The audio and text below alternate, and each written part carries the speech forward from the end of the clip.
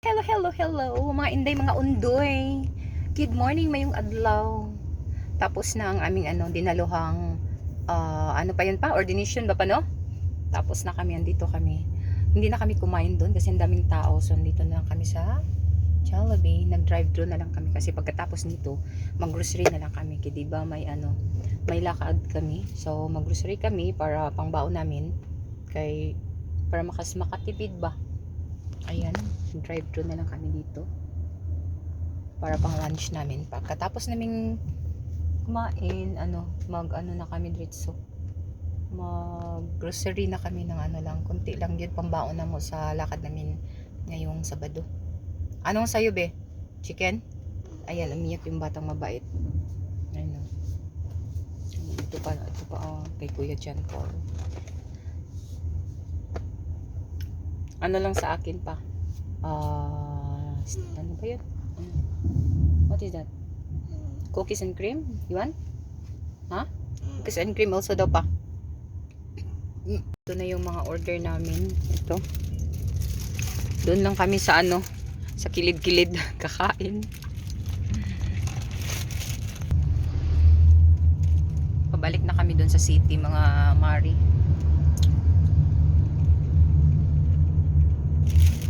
Mamaya na kami kakain. Hanap pa kami ng may area na medyo hanap kami ng area na mayroong mga puno.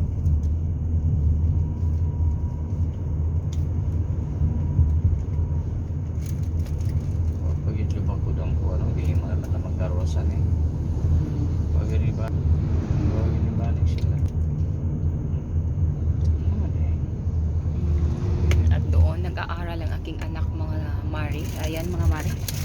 Doon nag-aaral ang aking anak, ang CSU Caraga State University. Ayan doon nag-aaral ang aking, at gagraduate na siya ngayon. Dalawa na ang nag-graduate sa aking mga anak. So, dalawa na lang ang aming utungan.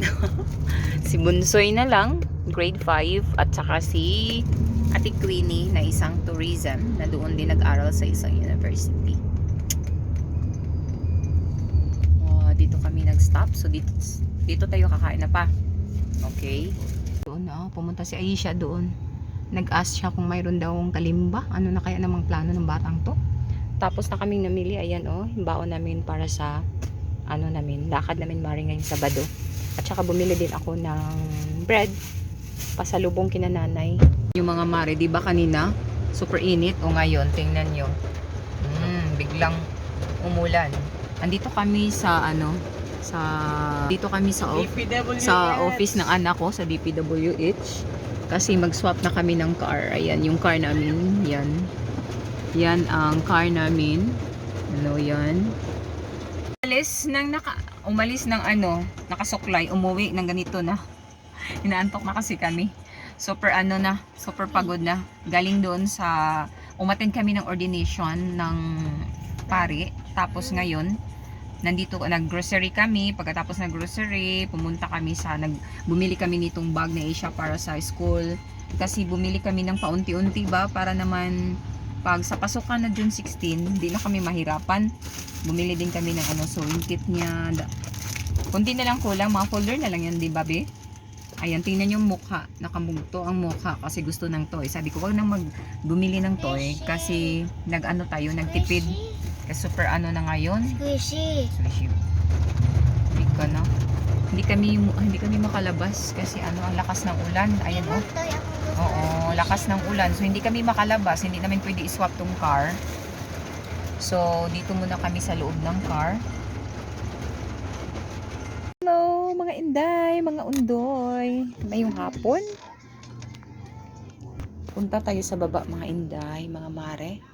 Kasi magluto ako ng ayan, to ng light. Dinala ko itong lagyan ng flower base namin kasi bumili kami ni Mr. ng